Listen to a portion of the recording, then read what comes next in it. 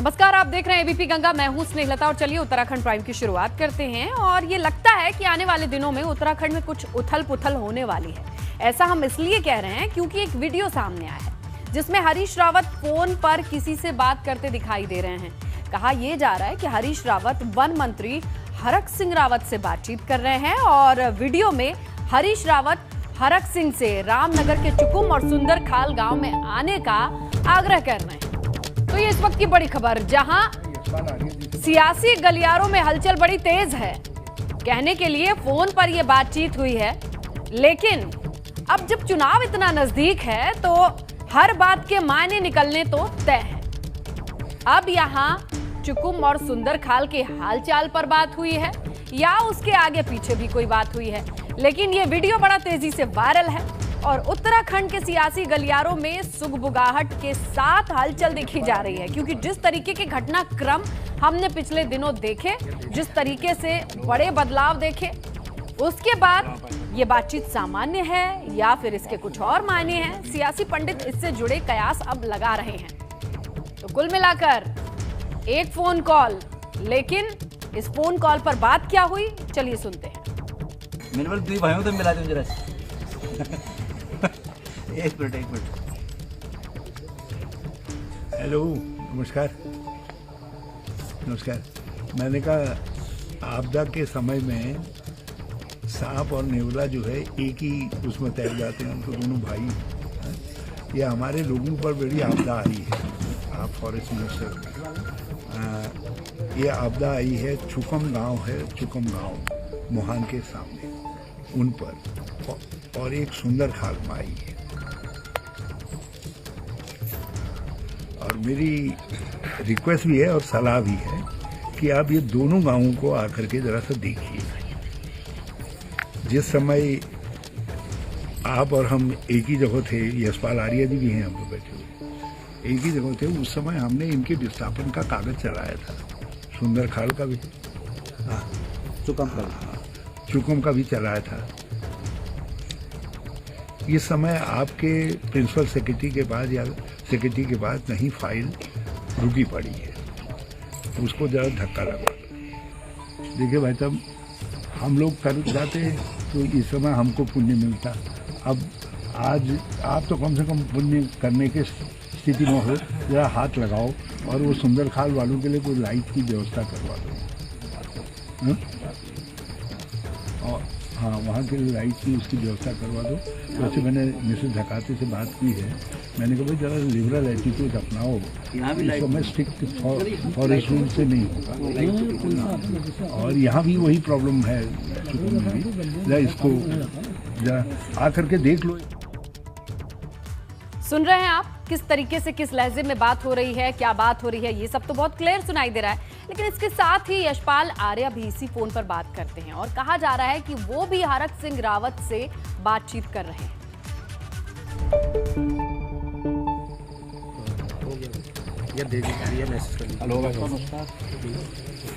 प्रणाम भाई साहब, प्रणाम।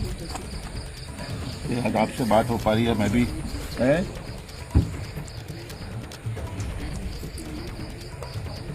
अब ऐसा आप कर सकते हैं भाई साहब, ना कर सकते हैं, आपके अंदर क्षमता है ना, आप कर सकते हैं। अगर आप एक दिन यहाँ पर विजिट कर लें, मैं भी रहूँगा साथ में ना, क्योंकि बहुत बड़ी बुरी दयनीय स्थिति है यहाँ। तो इसका कोई बचा ही नहीं है, सब जमीन अमीन सब बह गई है, खेत बह गए इनके। यहाँ सुंदरखाल में आप वहाँ कह दिए, डीएफओ से कह दिए, कल आपने भी बात की है, रावत जी ने भी बात की कल डीएफओ से ना, वहाँ सुंदरखाल में, वहाँ पर। हाँ, ये रामनगर में है।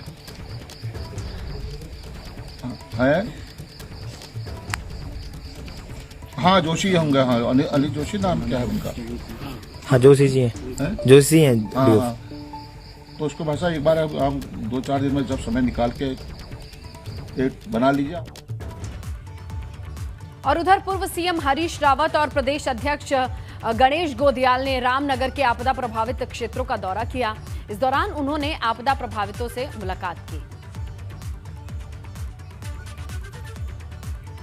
लेकिन जिस तरीके से ये बात चल रही है और बातों से लेकर बात निकल रही है, सूर्यकांत धस्माना जी हमारे साथ जुड़े हैं, उनसे जानकारी लेते हैं। धस्माना जी, आप ये बातचीत वाला वीडियो देख चुके हैं क्या? स्नेहलता, राजनीति में कभी भी बातचीत जो है वो उसमें उसके कई अर्थ निकलते हैं। राजनीति में बातचीत बंद थोड़ी होती है। नहीं, बिल्कुल नहीं। कड़वाहट, मिठास, ये सब चलती रहती है और संवाद भी चलता रहता है। ये जो स्टैटिक्स है वो मतलब कभी ऐसा नहीं है कि वो रुक जाए। अच्छा। ये चलता रहता है सिलसिला, तो इसलिए बात होना कोई उसके अर्थ दूसरे नहीं निकालने चाहिए। लेकिन राजनीति में ये जरूर है कि ऐसा होना चाहिए कि जब नजरें मिले तो कोई शर्मिंदा ना हो। ना यहाँ तो धस्माना जी अच्छा लग रहा है, ये बात आप बिल्कुल सही कह रहे हैं। और यहाँ नजरें ही नहीं, फोन भी मिल गया है। और जिस तरीके के घटनाक्रम उत्तराखंड में देखे गए हैं, आपको क्या लग रहा है? बातें तो होंगी। नहीं, जिस तरह से इस समय प्रदेश में जनता त्राहिमाम कर रही है, इधर वाले भी और उधर वाले भी, जनता तो परेशान है ही। लेकिन हम तो तैयारी में 4.5 साल से सड़कों पे लड़ ही रहे हैं। अब भाजपा के अंदर भी बहुत ज्यादा कसमसाहट है। जिस प्रकार से वहां पर पूरे प्रदेश के अंदर लोग परेशान हैं, उस परेशानी का असर बीजेपी में भी देखने को मिल रहा है। लोग सोच रहे हैं जाएं कैसे जनता के बीच में। अच्छा, जनता तो आने वाले 2-3 महीने में। बात बिल्कुल सही है कि जनता का भला होना चाहिए, यही सबसे प्राइम फोकस है। और हर पार्टी का है तो ये अच्छी पॉजिटिव राजनीति या पॉलिटिक्स कही जानी चाहिए। लेकिन मुख्यमंत्री जगह जगह के दौरे पर हैं, वहां से लगातार तस्वीरें आ रही हैं, उनसे न सीधी बातचीत होके वन मंत्री हरक सिंह रावत से ही बात हो रही है। तो लगता नहीं है कि लोगों को लगेगा कि भाई क्या कुछ बड़ा हो रहा है? नहीं, मैं आपको स्नेहिता जी बताऊं कि पूरे प्रदेश में 67% जो लैंड है हमारा वो फॉरेस्ट लैंड है और बाकी लैंड, बहुत कम लैंड हमारा जो है वो नॉन फॉरेस्ट लैंड है। अभी जहां आपदा आई है उसमें मुख्यतः जो भूमि प्रभावित हुई है, चाहे वो खेती की भूमि प्रभावित हुई हो, चाहे वो नदियों के किनारे भूमि प्रभावित हुई हो, मोस्ट ऑफ द लैंड जो अफेक्टेड है वो फॉरेस्ट की लैंड है। इसलिए फॉरेस्ट मंत्री से बात करना तो मैं समझता हूँ वाजिब है धस्माना जी। लेकिन ये वीडियो कौन बना रहा है? और ये आप लोगों की अगर निजी बातचीत है तो ये कहाँ से सार्वजनिक हो गई? अब सोशल मीडिया का जमाना है, आपको मालूम है कि आप लोगों के अलावा भी अब बहुत सारे कैमरे हैं जो ऑन रहते हैं।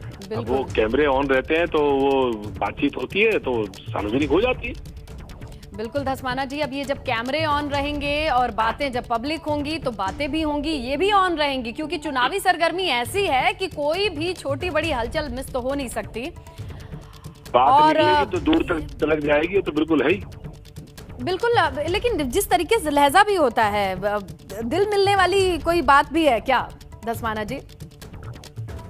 दिल तो देखिए 1 सेकंड लगता है मिलने में। ये बहुत बड़ी बात कह रहे हैं आप धस्माना जी। 1 सेकंड लगता है, 1 सेकंड। दिल मिलने में कोई परेशानी नहीं है।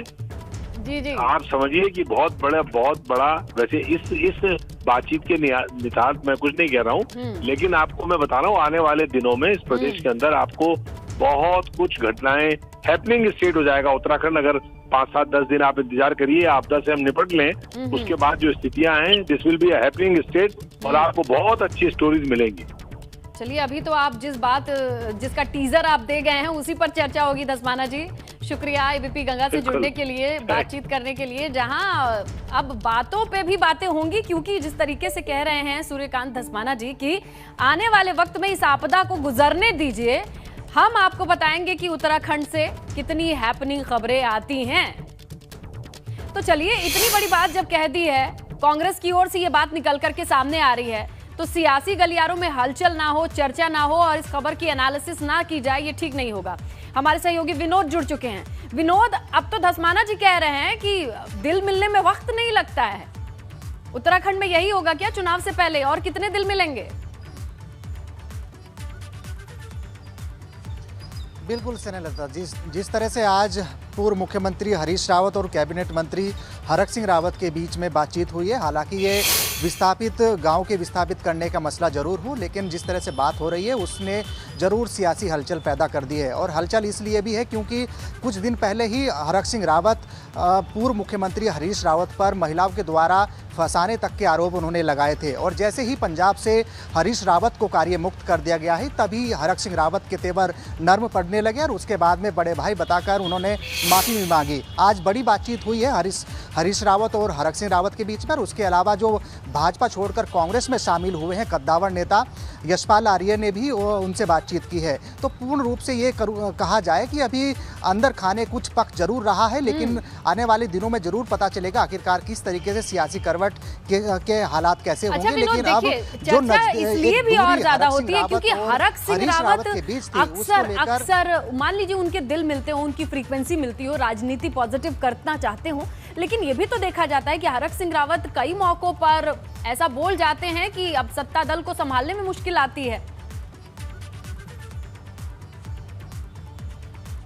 बिल्कुल, देखिए हरक सिंह रावत का स्टाइल है, जब हरक सिंह रावत को अपनी कोई बात मनवानी पड़ती है तो वो नाराजगी का सहारा जरूर लेते हैं। और जिस तरह से अभी पूरा घटनाक्रम उत्तराखंड में रहा है, अगर बात की जाए तो जिस तरह से अभी सूर्यकांत धस्माना जो कांग्रेस के उपाध्यक्ष हैं, उन्होंने खुद ये एक इशारा किया है कि आने वाले अगले सप्ताह यानी 7 दिनों के बाद में कुछ स्थिति सियासी घटनाक्रम उठापटक जरूर हो सकती है। उससे ठीक पहले हरीश रावत और हरक सिंह रावत के बीच की जो दूरियां बनकर सामने आ रही थी, तमाम आरोप प्रत्यारोप दोनों ही दिग्गज नेताओं के दौरान चल रहे थे। चलिए विनोद, बनते बिगड़ते हर तरीके के समीकरण पे कम से कम एबीपी गंगा की नजर तो है, और यहीं इसी मंच से जब वो कहते हैं कि आने वाले वक्त में कुछ भी हो सकता है और दिल मिलने में वक्त नहीं लगता है। शुक्रिया विनोद। और हम आगे बढ़ते हैं, बात करते हैं पूर्व सीएम हरीश रावत और प्रदेश अध्यक्ष गणेश गोदियाल की, जिन्होंने रामनगर के जो आपदा प्रभावित क्षेत्र हैं वहां पर दौरा किया। इस दौरान उन्होंने आपदा प्रभावित जो लोग हैं, जिनके घर बह गए, जिनके अपने नहीं मिल रहे हैं, उनसे मिलकर उनका दुख दर्द जाना।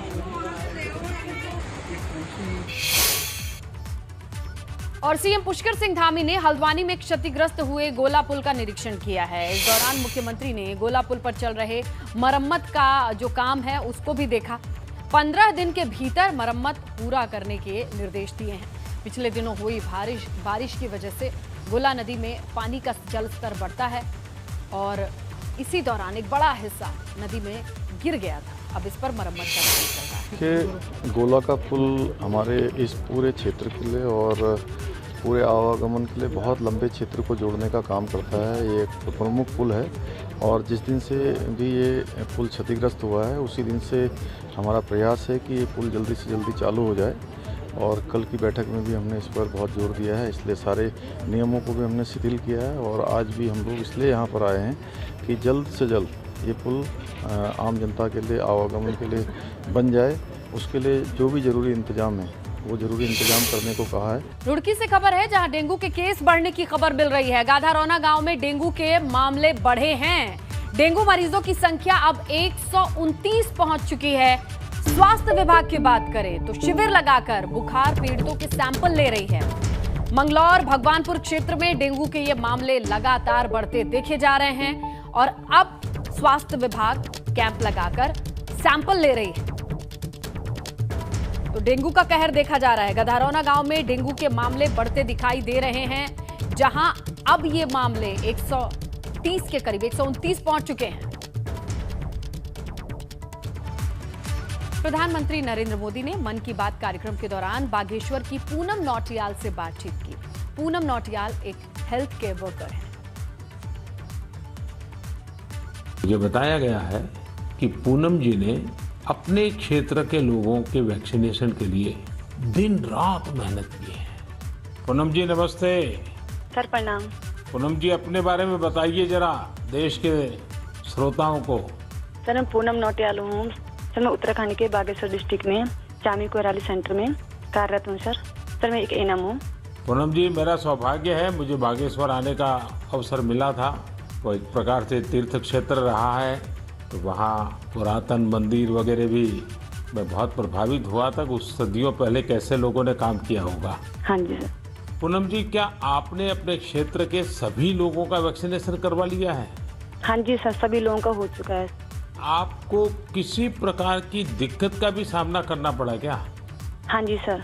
सर हम लोग जैसे बारिश होती थी वहाँ पे और रोड ब्लॉक हो जाती थी सर, नदी पार करके गए हैं सर हम लोग ना। और सर घर घर गए हैं, जैसे NSCBC के अंतर्गत हम लोग घर घर गए हैं जो लोग सेंटर में नहीं आ सकते थे, जैसे बुजुर्ग लोग और दिव्यांग लोग, गर्भवती महिलाएं, धात्री महिलाएं, ये लोग सर। लेकिन वहाँ तो पहाड़ों पर घर भी बहुत दूर दूर होते हैं जी। तो एक दिन में कितना कर पाते थे आप? सर किलोमीटर के हिसाब 10 किलोमीटर, कभी 8 किलोमीटर। खैर ये जो तराई में रहने वाले लोग हैं उनको ये समझ नहीं आएगा कि 8-10 किलोमीटर क्या होता है। मुझे मालूम है पहाड़ के 8-10 किलोमीटर मतलब पूरा दिन चला जाता है। हाँ जी। आज भारत और पाक के बीच आज T20 वर्ल्ड कप मैच होने जा रहा है, जिससे लेकर काफी फैंस उत्साहित हैं। इसी पर आपको दिखाते हैं देहरादून से हमारे संवाददाता की एक खास रिपोर्ट। लंबे अरसे के बाद में भारत पाकिस्तान की आज बड़ी भिड़ंत होने जा रही है। T20 वर्ल्ड कप का जिस तरह से आगाज हुआ है और आज शाम 7:30 बजे भारत बनाम पाकिस्तान की जबरदस्त भिड़ंत यहां देखने को मिलेगी, जिसके चलते राजधानी देहरादून और पूरे प्रदेश में क्रिकेट प्रेमियों में खासा उत्साह है। हम सबसे पहले संजय जी से बात करेंगे। संजय, रोज बच्चों को आप प्रैक्टिस कराते हैं, आज उत्तराखंड के ऋषभ पंत उत्तराखंड से भारत की टीम में खेल रहे हैं और भारत पाकिस्तान का यार जबरदस्त भिड़ंत है। किस तरीके से इंपॉर्टेंस देखते हैं आज ऋषभ पंत की? देखिए, ऋषभ पंत का मुख्य भूमिका है कीपिंग और बैटिंग में, दोनों में, ठीक है। और पूरी हिंदुस्तान की और उत्तराखंड की ऋषभ पंत पे बच्चों से कुछ सीखने को मिलता है कि हम ऋषभ पंत जैसे बने। उत्तराखंड के जितने बच्चे हैं, मेरे यहाँ भी बच्चे आते हैं तो ऋषभ पंत की कुछ न कुछ चर्चा करते रहते हैं कि ऋषभ पंत ने आज इतना रन मार दिया, ये विकेट कीपिंग कर रहा, ये अच्छा कर रहा। तो वैसे आज मुख्य भूमिका रहेगी रन में और विकेट के पीछे अपना धोनी जैसे ही उन्होंने अपना भूमिका निभाएंगे। बेटा, रोज प्रैक्टिस करते हैं, आज भारत पाकिस्तान का मैच है, कितना उत्साह है? बहुत उत्साह है और हमेशा की तरह T20 में भारत जीती रहेगी पाकिस्तान से और ऋषभ पंत की ताबड़तोड़ बल्लेबाजी पाकिस्तान के बॉलरों की छक्के छुड़ाती है। कुछ बच्चों से भी बात करते हैं। बच्चे रोज प्रैक्टिस करते हो, आज ऋषभ पंत है भारत की टीम में, उत्तराखंड से आते हैं, कितना उत्साह है आज? आज ऋषभ पंत से हमें बहुत उम्मीद रहेगी क्योंकि ऋषभ पंत उत्तराखंड से आए हैं इंडिया की टीम पे खेलने को और ऋषभ पंत के मेन भूमिका है कीपिंग और बैटिंग और वो बहुत अच्छी बैटिंग करते हैं। जय हिंद, जय भारत। रोज प्रैक्टिस करते हैं, हेलमेट लगाया है, बैट हाथ में है, तो कैसे बड़े होकर कौन से ऐसे क्रिकेटर की तरह बनना चाहते हैं? सचिन तेंदुलकर। आज भारत पाकिस्तान का मैच है, कितना उत्साह है? बहुत है। तो कौन इंडिया जीतेगा? इंडिया। ठीक है, आप बताइए बेटा, क्या नाम है आपका? दक्ष। आज भारत पाकिस्तान के खिलाफ मैच होने जा रहा है। बहुत उत्साह है कि जल्दी 7 बजे और हम टॉस देख के जल्दी टॉस इंडिया जीते और मैच भी जीत जाए और हमें ऋषभ पंत से बहुत उम्मीद है और वो गेम को चेंज करके